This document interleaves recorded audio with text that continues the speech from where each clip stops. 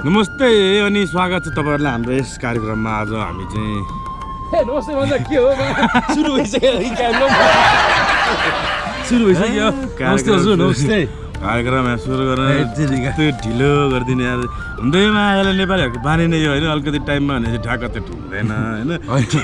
ठ्याक्क सुरु मात्रै गर्ला होइन, त्यहाँ लुकेर बसिरहनु भएको के हो कुन्ने होइन।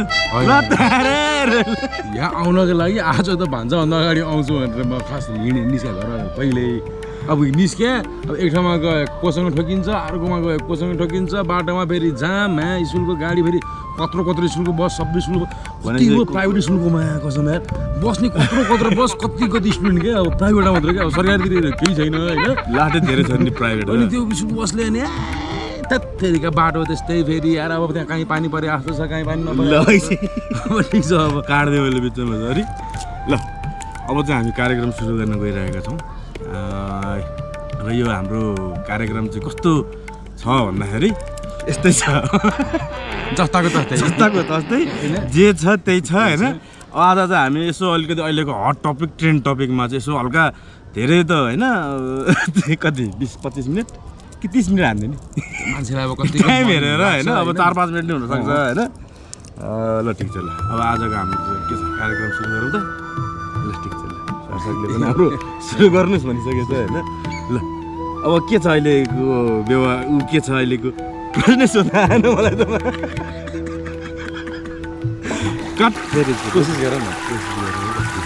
अब हाम्रो कार्यक्रम फेरि सुरु भएको छ होइन। अब म हाम्रो निर्मल सरकारजीलाई, निर्मल बोगटी सरकार, उहाँको फेसबुकमा चाहिँ निर्मल बोगटी सरकार छ होइन। उहाँले के गर्नुहुन्छ यताउति हेर्नुहुन्छ नि, उहाँको त्यो पेजमा गएर चाहिँ फलो गरिदिनु होला होइन। त्यहाँनिर चाहिँ अहिलेको यहाँ हट टपिकहरू ट्रेन्ड टपिकहरूमा चाहिँ एकदमै उहाँले चाहिँ एकदमै विस्तृत रूपमा चाहिँ दिइरहनुहुन्छ बेला बेलामा होइन। यो चाहिँ अलिक बढी भयो, खासै म त्यस्तो केही दिने मान्छे होइन होइन। मेरो विशुद्ध एउटा पर्सनल पेज छ बोगटी निर्मल सरकार भनेर, त्यहाँ जानुहोस्। त्यहाँ अब म अब गानाहरू बेला बेलामा अब गाइरहेको हुन्छु, लेखिरहेको हुन्छु होइन। अब हेरेर के लाग्छ कसो लाग्छ हेरिदिनु होला, सजेसन दिनु होला। हामी अब पुरै त्यहाँबाट फेरि जोडिनुहुन्छ, त्यहाँ जानुभयो भने तपाईँ त्यहाँ फेरि दुनियाँ फेरि यहाँबाट फेरि गर्ने अरू कुराहरू त्यो छ। त्यहाँ अब यो नेपालदेखि लिएर त्यहाँ अब डिएसबाट त्यो बिस्तारै त्यो भन्छु अहिले एकछिनमा भन्छु त्यो चाहिँ होइन। अहिलेलाई यो ल अहिले चाहिँ एउटा आम मान्छे एउटा आम मान्छे बेरोजगार आम मान्छे। अब म ठ्याक्क उहाँले बेरोजगार आम मान्छे भनिहाल्नु भयो होइन। अब सबैभन्दा प्रश्न सबैभन्दा स्टार्टिङको चाहिँ यही आम मान्छेबाटै सोधौँ होइन। एउटा आम नेपाली मान्छेले चाहेको नेपाल कस्तो हो? अब ठ्याक्कै भन्नुपर्दा तपाईँले ठ्याक्कै आम मान्छे भनेर सोधिहाल्नु हाम्रो बाबुले होइन। आम मान्छेले चाहेको नेपाल कस्तो त भन्दा फेरि आँप खाँदा फेरि बिसादी युक्त आँप नहोस् होइन। सिम्बल भन्दाखेरि क्या। अब अरू कुरा गर्ने हो त के छ के छ यहाँ त। अब के भन्छ लक्ष्मीप्रसाद देवकोटा आजको दिन जन्म भइदिए पनि अब उहाँले लेख्न सक्नुहुन्थेन, आज लक्ष्मीप्रसाद देवकोटा हुनुहुन्थेन। किन आज मान्छेलाई अब भाइरल चाहिएको छ लक्ष्मी देवकोटाको त्यो महाकाव्य खण्डकाव्य मान्छेले कहिले पढ्ने अब फुर्सदै छैन मान्छेसँग होइन। त्यही भएर अब तपाईँ एकदम सही टाइममा जन्मिनु भयो, तपाईँले त्यसको लागि धेरै राम्रो गर्नुभयो, शिक्षा सम्पन्न लक्ष्मीप्रसाद देवकोटाजीलाई भनेको हामीले होइन। अनि अन्तिममा अब त्यही हो तपाईँको सन्तानहरू पनि अहिले अमेरिकातिर छन् भने सुनेको छु। ठिक छ, अब आम मान्छे भएर बाँच्न पाउँदाखेरि चाहिँ अब के हुनु पऱ्यो भन्दा रहि भने जस्तो अब आँप विषादयुक्त खान पाइयोस् भन्नको मतलब आफ्नै देशमा फलेको आँप खान पाइयोस् भन्नु खोज्या। भित्र धेरै कुरा छ नि त।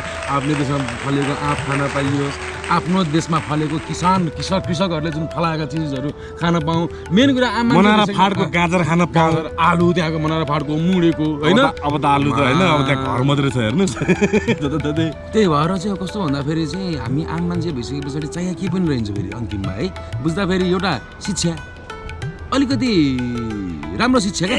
कस्तो भन्दा इन्टेलेक्चुअल बच्चाहरूलाई इन्टेलेक्चुअल बनाउने भविष्यको बच्चाहरू नै हो नि त। उनीहरूलाई कसरी हुन्छ प्र्याक्टिकल्ली हुन्छ, कसरी हुन्छ उनीहरूलाई चाहिँ एउटा स्किल डेभलप गर्ने हिसाबको त्यो किसिमको काइन्ड अफ द मेकानिजमको एजुकेसन चाहिएको छ। अब साह्रै महँगो छ। सरकारीमा के पढाउनु, सरकारी टिचरको फेरि आफ्नै प्राइभेट स्कुल छ, प्राइभेट स्कुलमा पढाउन गयो आम्मा महँगो त्यस्तै छ। प्रभु यो कुरा नगरौँ ल, एउटा शिक्षाको कुरा है। यतिमा सहज गरिदिनु भयो भने कोही हुनुहुन्छ भने प्लिज गरिदिनु नै यार। त्यस्तो भने तेरिका एक बारको जिन्दगीमा कि हामी चाहिँ जहिले विरक्तिएर मात्रै मर्ने त भने जहिले पनि तनावै तनाव भने कुनै टाइममा अब ग्यासको तनाव लाइन लागेको छ बनेपा धुली खेल गएको छ ग्यास भर्नलाई म त्यो समय पनि भोग्यो है कुनै टाइममा बत्ती आएन बत्ती कुर्दा कुर्दा कुर्दा बत्ती आयो फेरि बत्ती जान थालेर तनाव छ नि राति बत्तीको कुरा नगरौँ बत्तीको कुरा गर्दा फेरि हाम्रै बत्ती जाला भन्ने भिर होइन त्यही भएर बत्तीको आइरहेछ अहिले एकदम बत्ती आइरहेछ यस्तो उज्यालो भइरहेछ अहिले पनि हेर्नु सक्नुहुन्छ वरिपरि पुरै बत्ती पुरै उज्यालो छ होइन बत्ती एकदम राम्रो भइरहेछ बत्तीदेवको जय होस् हाम्रो सालोदेव बत्तीदेवको अनि भनेपछि हामीलाई चाहियो के रहेछ त भन्दाखेरि एउटा चाहिँ हामीलाई शिक्षा त्यो सहज सरकारले गरिदिनु पर्यो नि त न अर्को भनेको चाहिँ नर्मल भनेको मायाका ग्यास्ट्रिक दुख्या छ दुनियाँ भएको छ हस्पिटल गउँछौँ टेन्सन क्या अब दुनियाँ रोग निकाल्दैन दुनियाँ रोग निकाले फेरि त्यहाँ त मैले लाख है आमा त्योभन्दा बरु होइन एउटा जजनको अर्को चेक गरेर आउनुपर्छ त्यही हो त नेपालमा क्यान्सर भएको कारण त्यही भएर हो